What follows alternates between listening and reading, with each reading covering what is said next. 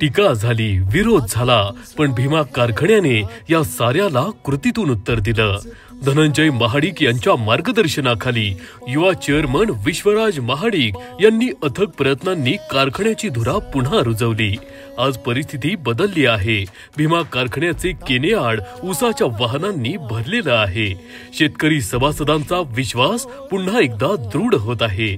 सभासद ठामपणे म्हणत आहेत, माझा ऊस भीमालाच, कारण भीमाचा काटा चोख आहे, भीमाची सेवा उत्तम आहे. हाच विश्वास भीमाची खरी ताकद आहे. कृतीतून सिद्ध झालेला शब्द आणि सभासदांचे प्रेम हीच भीमाच्या यशाची खरी पावती. भीमा कारखान्याच्या यशस्वी वाटचालीला सलाम.